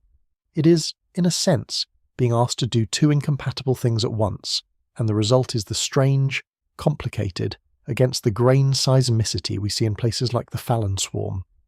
This is the reason the Walker Lane is described as young and still forming. It is the second force, the shear, gradually taking over from the first, the stretch. The satellite measurements from the 2008 Reno swarm captured this exact handoff, the right lateral Walker Lane faulting, pushing westward into the older stretch basin, overprinting it, rewriting it. What you're watching across western Nevada is the slow victory of one kind of motion over another. the shear winning out over the stretch, a new plate boundary localizing itself out of the diffuse cracking of an older one. This handoff from stretching to shearing is not a tidy switch that flips in a single moment. It is a long, overlapping transition, with both processes active at once for an extended span of geologic time, and that overlap is exactly what produces the confusing mixed signals we read in the seismicity. Some earthquakes here still reflect the old pulling apart, others reflect the new sideways grinding, and some reflect the awkward interaction between the two, faults that were built for one kind of motion being forced to accommodate another. A region in the middle of such a transition is mechanically messier than one governed by a single clean process, and that mess translates directly into the unpredictability that makes the hazard so hard to pin down. The ground here is, in effect, trying to be two different things at once, and the strain of that contradiction is released as earthquakes. And every earthquake in the Fallon swarm that breaks across the old north-south grain is a small piece of that victory, a moment when the new force overrules the old pattern. Now, why does this matter for how dangerous the region is? It matters because a system in the middle of this kind of reorganization is precisely the kind of system that produces unexpected, off-pattern, hard-to-forecast earthquakes. On a mature, single fault, the motion is concentrated and the behavior is relatively predictable. Here, the motion is shared across a whole network of faults, some old, some new, some stretching, some shearing, all interacting. A rupture can start on one and jump to another, the way it did at Landers. It can break two crossing faults in sequence, the way it did at Ridgecrest. It can migrate across a region through a swarm, the way it is doing at Fallon right now. The complexity is not a sign of weakness in the system. It is a sign that the system has many ways to fail, and that we cannot easily predict which one it will choose. There is something genuinely extraordinary about being able to witness this. Most of the time, when we talk about plate boundaries forming or shifting, we are talking about processes so slow that no human will ever see a meaningful fraction of them. But the Walker Lane is a rare case where the formation is happening fast enough and producing enough earthquakes that we can actually observe it within human timescales. We can watch the new boundary assemble itself. We can photograph it from orbit. We can feel it in the floors of homes in West Reno, in the pre-dawn jolts near Fallon. We are, in a real and literal sense, living on top of one of the few places where the Earth is building a new seam in its outer shell, and most of the people doing the living have no idea it is happening beneath them. But wonder is not the same as safety, and here the story turns from the marvellous to the practical. The very fact that this is a young, distributed, reorganizing system is what makes it so dangerous to a population that is not prepared for it. Because the danger is spread across a wide belt rather than concentrated on a single visible line, it is harder to plan for, harder to map, harder to legislate around. You cannot simply draw one red line on a chart and say, build strong here, because the next great earthquake could come from any of a dozen faults across a corridor hundreds of kilometers long, and the cities of the interior west, the Renos and Carson cities, and the growing towns of the Nevada corridor sit inside that belt, on top of that reorganizing crust, in buildings and on infrastructure that were, by and large, never designed with a great inland earthquake firmly in mind. This is the bridge between the geology and the human stakes, and it is where the central failure of this whole story comes into sharpest focus. We have a fault system that is mechanically active, that is reorganizing in real time, that takes up a quarter of an entire plate boundary, that has produced the nation's largest recent earthquakes, and that runs beneath growing population centers. And against all of that, we have a public, a set of hazard maps, and a body of building codes that are oriented overwhelmingly toward a different fault, hundreds of miles away on the coast. The mismatch between where the danger actually is and where our attention and our defences are pointed is not a small oversight. It is, potentially, the most consequential blind spot in the country. And to see just how serious that blind spot is, we have to look at the maps themselves and at the quiet ways our preparation has been aimed in the wrong direction. Part 10. The maps that point. The wrong way. A hazard map is a strange and powerful document. It looks like a neutral picture of the world, a simple colouring of the ground into zones of higher and lower risk. But a hazard map is also an instruction. It tells engineers where to build strong and where they can relax. It tells insurers what to charge. It tells emergency planners where to stage their resources and governments where to spend their preparation money. And, just as importantly, it tells the public where to be afraid. A hazard map is not only a description of danger, it is a distribution of attention, and for most of the modern era, the attention encoded in America's earthquake maps has been weighted heavily and understandably toward the coast. To be clear, this was not a mistake born of stupidity. The coastal cities, perched near the San Andreas system, genuinely face enormous seismic risk, and they hold enormous populations. It made sense to pour resources there. The problem is not that we protected the coast. The problem is what the focus on the coast did to everywhere else. It created a gradient of preparedness, a sense, baked into codes and culture alike, that earthquake danger fades as you move inland, that once you cross the mountains into the interior basins you have left earthquake country behind. And that gradient does not match the geology. The geology, as we have now seen 3 times over in Landers and Hector Mine and Ridgecrest, says the interior is fully capable of great earthquakes. The maps and the mindset say the interior is comparatively safe. When the map and the ground disagree, the ground always wins. The consequences of that disagreement show up in the most ordinary practical places, far from any seismograph. They show up in what it costs to insure a building, and whether anyone bothers, because insurance pricing follows the official hazard estimates, and a region rated lower in risk carries cheaper premiums and fewer requirements. They show up in whether a developer pays for the additional steel and engineering that make a structure ride out violent shaking, because that cost is only mandated where the codes demand it. They show up in whether an older building ever gets retrofitted at all, since retrofits are expensive and tend to happen only where the perceived threat justifies the bill. Every one of these is a small economic decision made in the shadow of the hazard map, and when the map underweights the interior, all of those decisions tilt quietly toward leaving the inland west more exposed than the ground warrants. Consider what this means in practice for a city like Reno, or for the growing communities along the Nevada corridor where the Fallon swarm is unfolding. These places have grown rapidly. New homes, new commercial buildings, new highways and pipelines and power lines, much of it built in an environment that simply does not carry the same intensity of seismic concern as the coastal cities do. The building stock of an interior city reflects the assumption that big earthquakes are someone else's problem. Older structures in particular, built before modern understanding of the Walker Lane matured, may never have been designed or retrofitted with a large local earthquake genuinely in mind. The exposure is not just the people and the buildings, it is the gap between how those buildings were constructed and what the ground beneath them is actually capable of doing, and the population is not culturally prepared in the way coastal residents are. A child raised in Los Angeles grows up with earthquake drills, with a background awareness that the floor can move, with families that keep water and supplies because the schools and the media have drilled the lesson in for decades. A child raised in much of the interior West does not get that conditioning, because the interior has agreed with the rest of the country that it is not really earthquake country. So if a large earthquake did strike the Walker Lane near a population centre, it would strike not only buildings that may be less ready for it, but people who are psychologically and logistically less ready for it. Preparedness is not just engineering. It is habit, expectation, and muscle memory, and the interior has comparatively little of it, because we told everyone the danger was elsewhere. I want to be careful and fair here, because the conspiracy-minded version of this story gets it wrong in a specific and tempting way. There is a claim that circulates online that authorities are deliberately hiding the inland earthquake risk, suppressing it to protect property values or to avoid panic. That claim is false, and it is important to say so plainly, because this channel deals in what the data actually shows. The science of the Walker Lane and the Eastern California shear zone has been published openly for decades.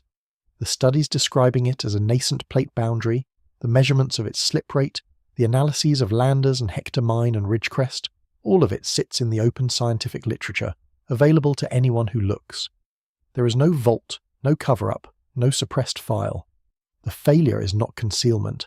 The failure is attention. We did not hide the danger. We simply declined to look at it, and we built our maps and our habits around the place we were already looking. That distinction matters enormously, because the two problems have completely different solutions. If the danger were being hidden, the fix would be exposure, forcing the secret into the open. But the danger is already in the open. The fix, then, is not exposure but redirection, the deliberate turning of public attention, planning money and engineering rigor toward a system that has been visible the whole time. That is a harder problem in some ways, because there is no villain to blame, no cover-up to expose, just the slow inertia of a country that decided long ago where earthquakes happen and never updated the map in its collective head. Inertia is a quieter enemy than conspiracy, and in some ways a more stubborn one. You can see this inertia in how quickly the lessons of the desert earthquakes faded each time. After Landers, after Hector Mine, after Ridgecrest, there was a brief flurry of coverage and concern, and then the national attention drifted back to its old, comfortable channel, back to the coast, back to the fault it already knew how to fear. The inland system would go quiet for a few years, and the quiet would be mistaken for resolution, and the map in the public mind would heal back over the wound the earthquake had briefly opened. That is the rhythm we have to break. Not with panic, which fades just as fast, but with a steady, permanent adjustment of where we believe the danger lives. This is why a swarm of 646 earthquakes in the Nevada desert is worth 2 hours of your evening, even though no one has died and no city has fallen. The swarm is an opportunity. It is the system briefly making itself visible, briefly forcing its way toward the edge of public awareness, briefly giving us a chance to correct the direction we are looking before, rather than after, the next great inland earthquake. The maps point the wrong way. The buildings were raised under the wrong assumption. The public is conditioned to fear the wrong fault. And the ground, in the meantime, keeps doing exactly what the science always said it would, out in the desert, off the edge of the map where almost no one is watching. But the misdirection runs even wider than the inland west, and this is where the story opens up into something larger and stranger. Because the Walker Lane is not the only place where our attention is pointed away from a loaded system. There are other quiet zones, other overlooked threats, other places where the absence of recent shaking has been mistaken for safety. And when you understand the pattern, you start to see that the lesson of the Nevada desert is really a lesson about how we read silence itself. Sometimes the most dangerous ground is the ground that has gone quiet, and right now several of those quiet places are sitting in plain sight. Part 11. When quiet is the warning. There is a dangerous instinct buried in the human mind, and it is this. When something has been quiet for a long time, we assume it is safe. A fault that has not broken in living memory feels less threatening than one that shakes often, even though the opposite is frequently true. A fault that has been silent is not a fault that has gone away. Very often it is a fault that has been locked, accumulating strain the entire time it has been quiet, storing up energy that the noisier faults around it have been releasing in smaller doses. The silence is not the absence of danger. The silence is the danger, building in the dark. Seismologists have a formal version of this intuition, and it has a long history in the science. The idea is that along a fault or a plate boundary that is moving steadily, the sections that have not ruptured recently can be the ones most likely to rupture next, because they have been quietly accumulating the strain that their noisier neighbours have already released. A stretch that has stayed silent while everything around it breaks is not necessarily a stretch that is somehow exempt. It can be a stretch that is stuck, holding back, loading toward a larger failure precisely because it has not let go in so long. This way of reading silence has guided real forecasts of where large earthquakes were likely, and while it is not infallible, it captures something true and counterintuitive about how these systems behave. The quiet is not always peace. Sometimes it is accumulation. The hard part for a public condition to equate calm with safety is that this reading of silence is invisible without the right tools and the right framing. To the eye, a quiet fault and a dead fault look identical. Nothing on the surface distinguishes ground that is harmlessly inactive from ground that is locked and loading toward a great rupture. Only the longer record, the measured slip rates, the history of past earthquakes, the satellite tracking of strain, can tell the two apart. And that is precisely why attention matters so much here. Without someone deliberately watching and interpreting, the most dangerous quiet looks exactly like peace, right up until the moment it is not. And once you learn to read it that way, you start to notice quiet places that should make you deeply uneasy. Consider what is happening at the same time as the Fallon swarm in other parts of the western margin, because the simultaneity is instructive. Down in Southern California, near a place called Anza, on the southern reaches of the San Jacinto fault zone, there have been small swarms of micro-earthquakes. The San Jacinto is one of the most active fault zones in Southern California, and it runs close enough to the San Andreas that geologists have long wondered about the two of them interacting. There is real, legitimate scientific discussion about whether neighbouring faults like the San Jacinto and the San Andreas could, under the right circumstances, rupture together or in quick succession, the way landers cascaded across multiple faults in a single sequence. This is not fringe speculation. It is a serious question about how interconnected the Southern California fault network really is, and what a coordinated failure might mean for a region of tens of millions of people. I want to be measured about this because it is exactly the kind of idea that gets exaggerated online into apocalyptic certainty.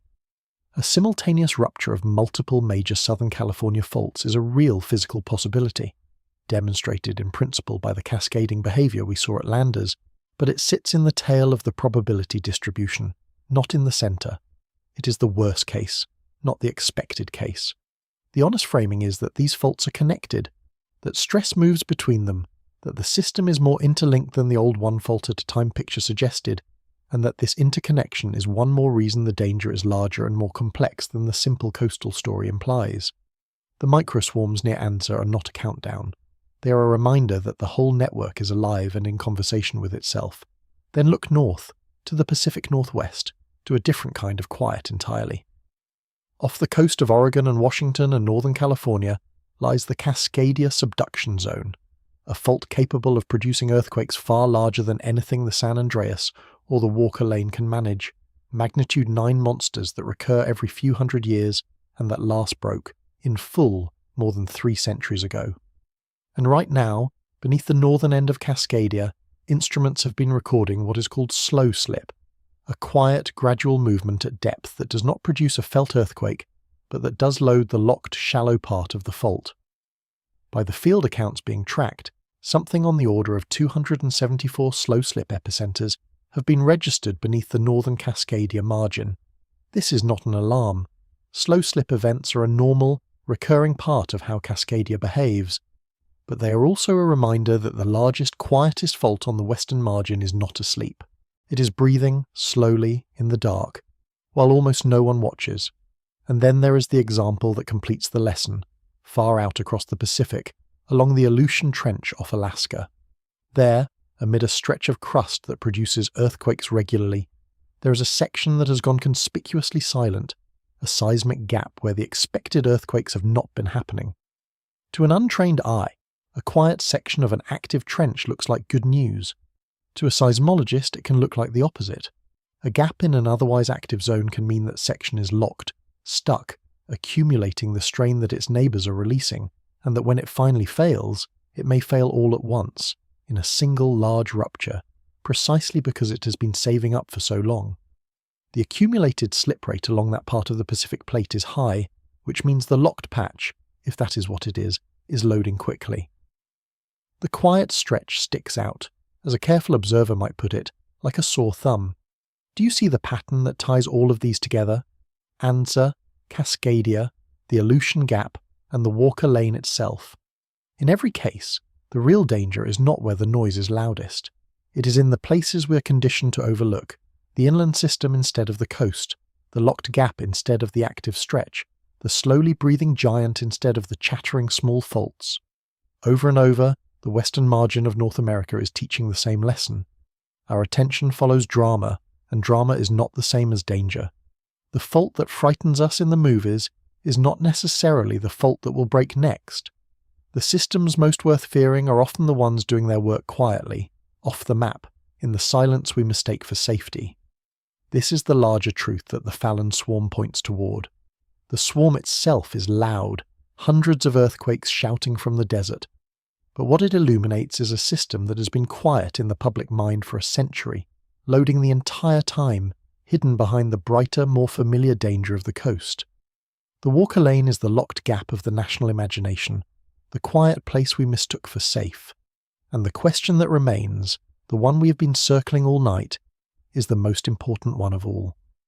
If this overlooked system did finally produce one of its great earthquakes, not in the empty southern desert but here, near the growing cities of the interior, what would actually happen? What would a Walker Lane big one do to a region that was never truly ready for it? That is where we have to go now, into the scenario itself. Part 12. What the real big one would do. Let us imagine it, carefully and without melodrama, because imagining it clearly is the only way to understand the stakes. Picture a magnitude 7 earthquake on the Walker Lane, not in the empty southern Mojave where Landers and Hector Mine struck, but here, in the northern part of the system, near the corridor that runs from Fallon toward Reno and Carson City. We know this system can produce a magnitude 7 because it has done so 3 times in recent decades just to the south. We know it runs near these cities because the maps and the swarms both show it. So this is not a fantasy. It is a plausible event, one that the geology fully permits, placed in a location where hundreds of thousands of people live and work. The first thing that would happen is the shaking itself, and the nature of that shaking matters. A magnitude 7 strike-slip earthquake on a relatively shallow fault, the kind the Walker Lane produces, delivers violent, sharp ground motion in the area around the rupture. Unlike the slow, rolling motion of a distant great earthquake, a nearby shallow rupture hits hard and fast, the kind of motion that throws objects, snaps rigid structures, and gives people almost no warning. The energy from Ridgecrest, remember, was felt from northern California to central Arizona, and that was in the remote desert. The same energy released near a populated corridor would not have empty desert to dissipate harmlessly into. It would have homes, schools, hospitals, bridges and highways. The character of the shaking would make the difference between damage and catastrophe, and it is worth understanding why. A shallow earthquake close beneath a populated area subjects buildings to intense high-frequency jolting, the kind of rapid back-and-forth motion that is especially hard on rigid, brittle structures. The duration matters too. Even a span of strong shaking lasting only some tens of seconds is enough to bring down a vulnerable building, to rupture a buried pipe, to collapse an overpass that was never reinforced for it. And the motion is not only side to side. Nearby earthquakes can deliver sharp vertical accelerations as well, throwing objects and people upward, a kind of motion that ordinary construction is poorly equipped to handle. All of this is worse near the rupture, which is exactly why the location of a Walker Lane earthquake near the populated corridor rather than out in the empty desert would matter so enormously. The buildings would tell the story of the blind spot we have been tracing all night. In a region where the seismic culture and the building practices never fully absorbed the reality of the local hazard, the older and less reinforced structures would be the most vulnerable. This is not unique to Nevada. It is true everywhere earthquakes are underestimated, but it is sharpened here precisely because the interior was told for so long that it was not earthquake country. The structures most at risk are often the ordinary ones, the older homes, the unreinforced masonry, the commercial buildings raised under codes that did not anticipate a great local earthquake. The damage in such an event is not evenly distributed. It concentrates in exactly the places that were built under the wrong assumption, which in the interior west is a great many places. Then there is the matter of the lifelines, the systems that a modern city depends on without ever thinking about them. Water, power, fuel, communications and transportation all run through physical infrastructure that earthquakes love to break. A large Walker Lane earthquake near the Reno corridor would threaten water mains and pipelines, electrical substations and transmission lines, the highways and rail that connect the interior to the coast. And here the geography of the interior becomes its own kind of vulnerability. These cities are not redundant coastal megalopolises with a dozen alternate supply routes. They are interior communities connected to the wider world by a limited number of corridors, some of which thread through the very mountains and basins the Walker Lane is busy deforming. Cut a few key arteries, and the flow of help and supplies into a stricken interior city becomes far harder than it would be on the coast. Water deserves particular attention, because the interior west is dry, and its water arrives through engineered systems that are themselves vulnerable to shaking. A region that is already living at the edge of its water supply in a desert environment does not have a comfortable margin for a major disruption to its water infrastructure. The same is true of the power grid, which in the interior is stretched across long distances and is increasingly strained even in normal times. An earthquake does not just damage buildings, it damages the invisible web of systems that make a desert city livable at all, and in a place built on the assumption that such an earthquake would not come, that web is thinner and more fragile than it should be. And we have to remember the lesson of the clustering, the one Landers and Hector Mine taught us. On this system, one great earthquake does not necessarily end the danger. It can load the neighbouring faults, advancing their own failures, raising the odds of a second large event in the months and years that follow. A single magnitude 7 near Reno would not only be a disaster in itself, it would change the stress field across the surrounding network of faults, and given how interconnected this young system is, It could bring the next rupture closer rather than buying decades of calm. The recovery from one earthquake would have to happen under the shadow of an elevated risk of another. That is not how the public imagines earthquakes working, but it is how this particular system has actually behaved. It is worth being precise about what elevated risk after a large earthquake really means, because it is so easily misunderstood. It does not mean a second great earthquake is likely in any absolute sense. The odds, even when raised, usually remain modest. What it means is that the probability climbs, for a time, above its normal background level, because the stress transferred by the first rupture has pushed neighbouring faults closer to their own thresholds. It is the difference between a small chance and a slightly less small chance, and on a connected, clustering system like this one, that temporary elevation can persist for months or years rather than days. Planning for recovery from one earthquake while quietly carrying a raised chance of another is a burden the Interior West has never had to shoulder, and one it is poorly positioned to bear. None of this is a prediction. I want to keep saying that, because the line between sober scenario and irresponsible fear-mongering is exactly the line this channel tries to walk. I am not telling you a magnitude 7 is about to strike Reno. The Fallon swarm most likely fades. What I am telling you is that the event I just described is geologically permitted, that the system is fully capable of it, that the location puts real cities in range, and that those cities are less ready than they should be because of a century of looking the wrong way. The scenario is not a forecast. It is a measurement of the stakes, and the stakes are high precisely because of the blind spot, not in spite of it. There is one more dimension to this that we have not fully confronted, and it may be the most sobering of all. It is not just that the buildings and the lifelines were built under the wrong assumption. It is that the people, the institutions, the entire human system of the Interior West were built under it too. The unpreparedness runs deeper than concrete and steel. It runs into expectations, into plans that were never made, into a regional psychology that never took the threat seriously because the national map told it not to. And that human dimension of the blind spot is what we have to look at next, because it is the part that no engineering retrofit can fix on its own. Part 13. The interior was not built for this. There is a kind of preparedness that does not appear on any map or in any building code, and it may be the most important kind of all.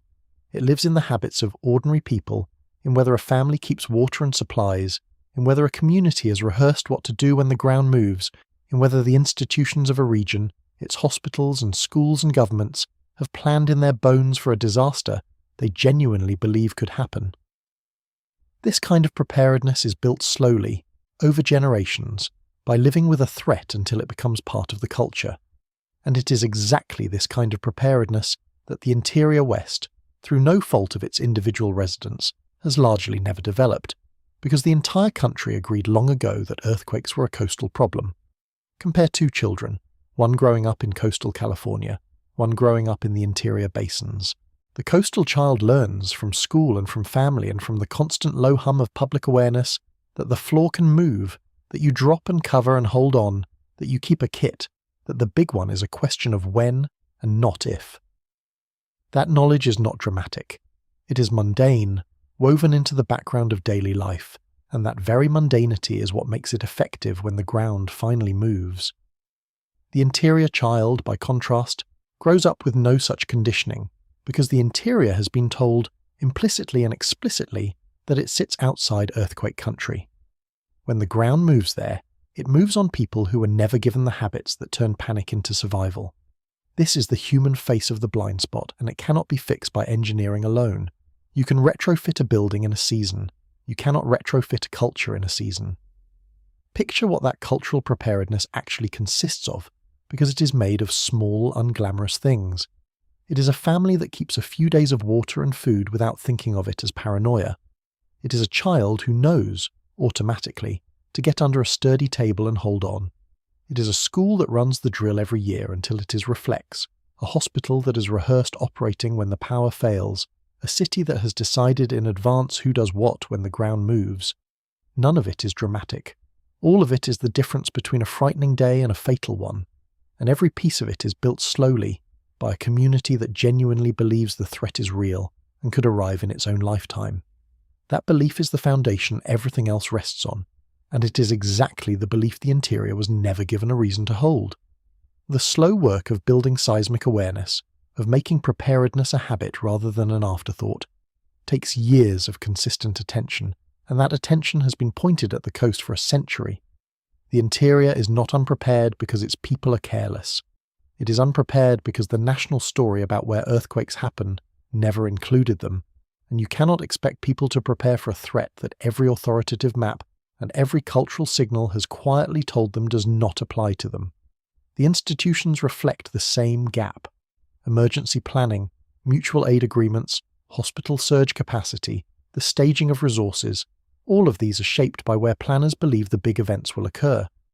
A region that has been categorized as lower risk receives less of this institutional readiness, not because anyone is negligent, but because finite resources flow toward the places the maps mark as dangerous.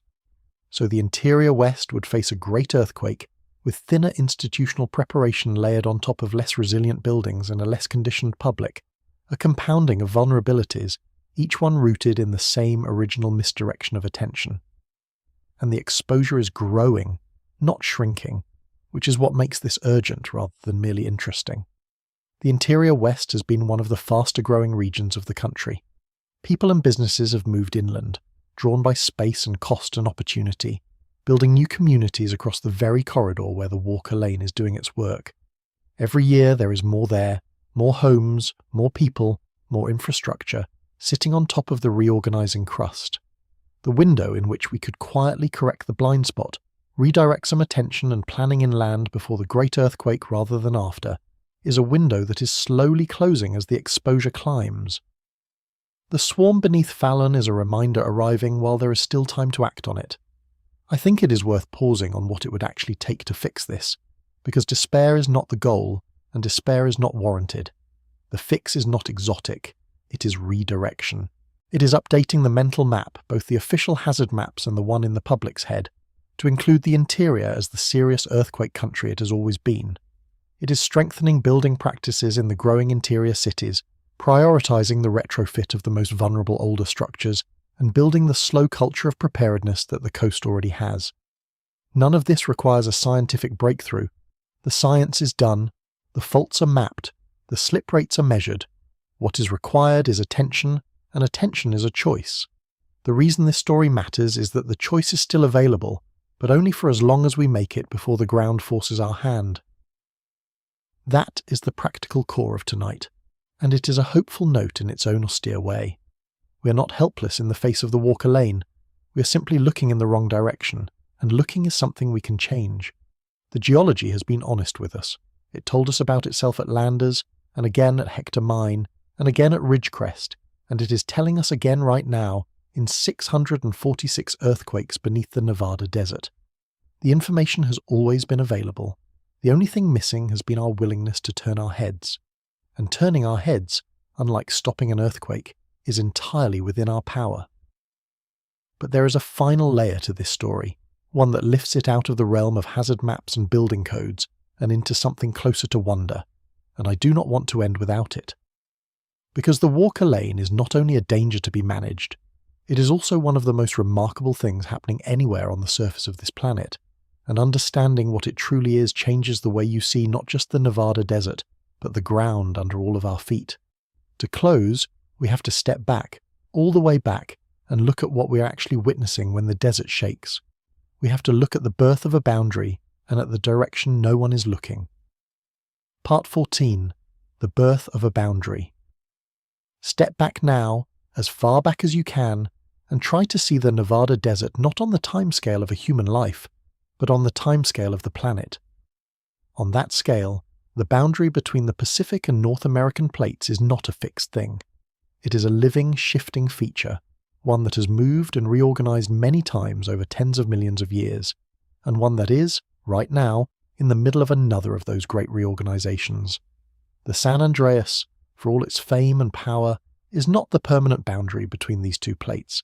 It is the current arrangement, the present draft, and the Walker Lane is the next draft, being written across the deserts of the interior even as the old one keeps running along the coast. What this means is genuinely staggering when you let it settle.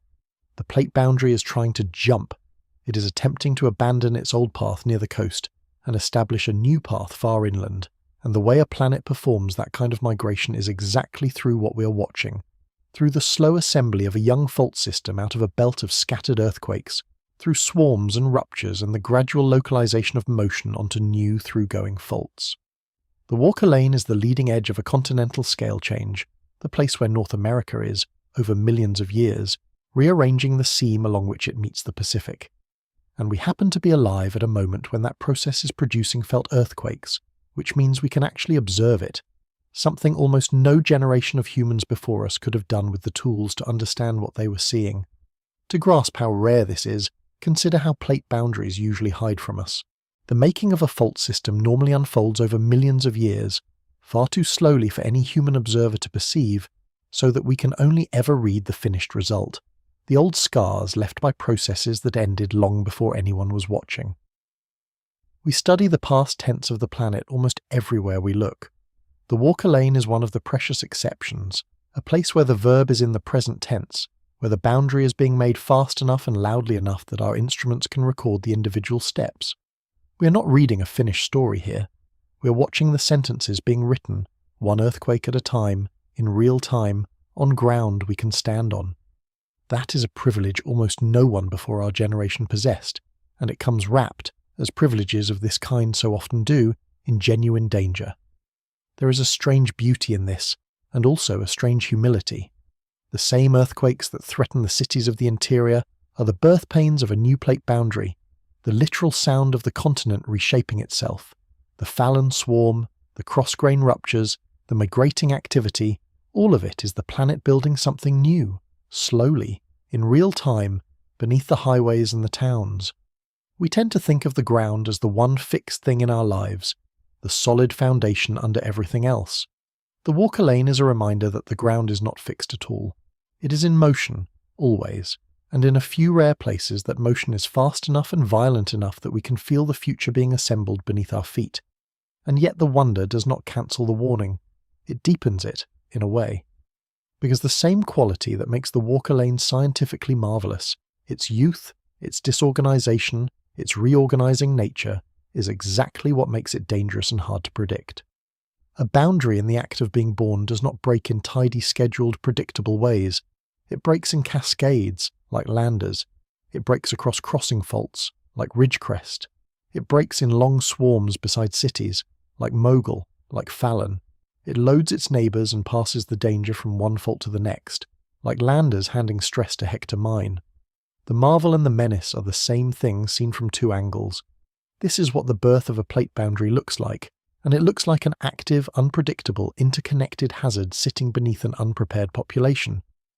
Remember everything we have assembled tonight, and see how it all converges on this single idea. The plate motion that does not go into the San Andreas, a full quarter of it, travels inland into this young system. The three largest earthquakes the contiguous United States has felt in the modern era, Landers and Hector Mine and Ridgecrest, all struck on it, far from the famous fault.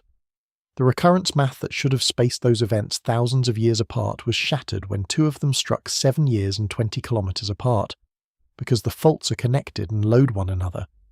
A long swarm beside Reno in 2008 built to a magnitude 5 on this same system, and now in 2026, 646 earthquakes are shaking the Nevada desert, migrating toward the cities, breaking against the grain as the young boundary reorganizes itself in real time. Every thread points to the same conclusion. The danger has been inland all along, on the system we never named, in the place we never looked. The Walker Lane, then, is not an anomaly or a curiosity or a distraction from the real earthquake story of the American West. It is the real earthquake story, or at least an enormous and overlooked half of it, and it is the half that is growing while the other half ages. The coast holds the mature, famous, efficient fault. The interior holds the young, hidden, reorganizing one, and the interior is where the boundary is headed. To keep staring only at the San Andreas is to keep watching the past of the plate boundary while ignoring its future. And the future, as it is being written beneath the Nevada desert, is closer and louder and more relevant to the living than we have allowed ourselves to admit. So when you hear that the ground near Fallon has shaken 646 times in 3 months, I hope you no longer hear a minor desert curiosity, a footnote beneath the coastal headlines. I hope you hear what it actually is. You're hearing a plate boundary being born. You're hearing the continent rearranging its oldest seam. You're hearing the most overlooked fault system in the country, reminding us, quietly and persistently, that it is awake, that it is loaded, and that it has produced the nation's greatest recent earthquakes while we looked the other way. The desert is not whispering nonsense. It is telling us exactly where the danger is. The only question left is whether we will finally turn and look, and turning to look would cost us so little compared to what it might save. It does not require halting the plate motion, which is beyond any power we have. It does not even require predicting the next earthquake, which remains beyond the science. It requires only that we let the inland west into the part of our minds reserved for real earthquake country, that we plan and build and prepare as though the ground means what it has plainly said. That is a small adjustment of attention set against the possibility of a great earthquake hitting an unready population. The imbalance between the tiny cost of looking and the enormous cost of being caught unprepared is, when you set them side by side, almost absurd, and yet the looking still has not happened, which is the quiet tragedy underneath this entire story. Part 15. The direction no one is looking.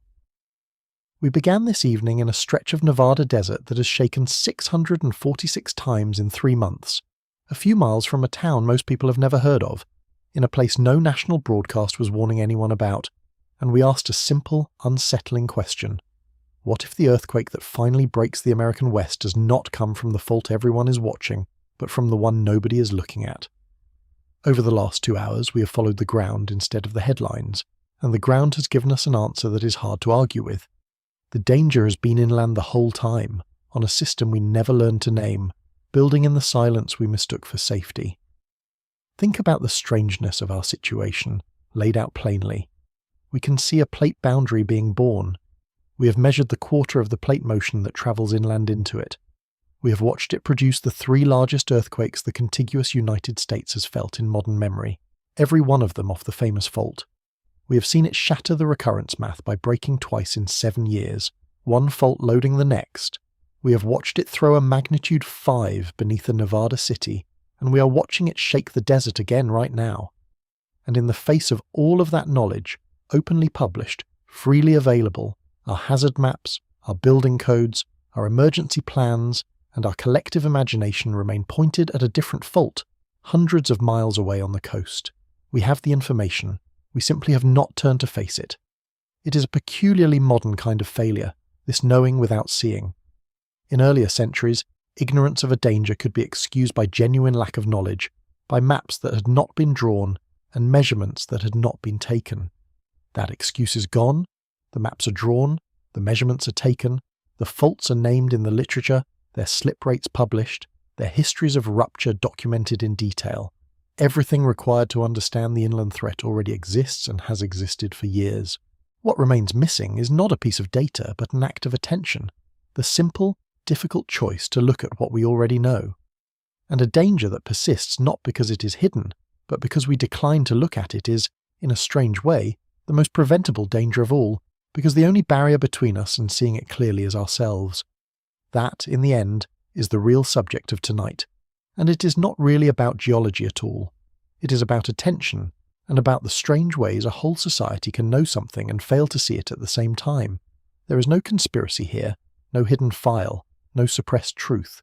The Walker Lane has been described in the scientific literature for decades. The danger was never concealed from us. It was simply located in a place our story did not include, and so it stayed invisible in plain sight, the way the most important things so often do. The failure was not a failure of knowledge. It was a failure of looking, and that is strangely the most hopeful part of all, because looking is the one thing we can still choose to do. I am not asking you to be afraid. Fear is not useful, and it is not warranted by a swarm that will most likely fade. The Fallon sequence is, in all probability, going to wind down without producing a great earthquake, and if it does, that will not mean any of this was wrong. It will only mean the system reminded us of itself this time without exacting a price. What I am asking is something quieter and more durable than fear. I am asking you to update the map in your head. The next time you picture earthquake country, do not picture only the coast. Picture the deserts and the basins of the interior, The young boundary threading north through Nevada, the city sitting on top of the reorganizing crust. Put the inland west where it belongs, in the category of serious earthquake country, because that is where the ground has been telling us it belongs all along. The Nevada desert will keep shaking tonight, whether anyone is watching or not. The plate boundary will keep migrating, millimetre by millimetre, year after year, indifferent to our headlines and our hazard maps and our collective blind spot. The strain will keep loading into the faults beneath Fallon and Reno and Carson City in the patient, relentless way that strain always does, until one day, on its own schedule and not ours, it lets go. We do not get to choose when that happens, but we do get to choose, starting now, whether we'll be looking in the right direction when it does. And the most unsettling truth of all is also the simplest. The ground has never once stopped telling us where the danger is. We are the ones who have to decide finally to listen.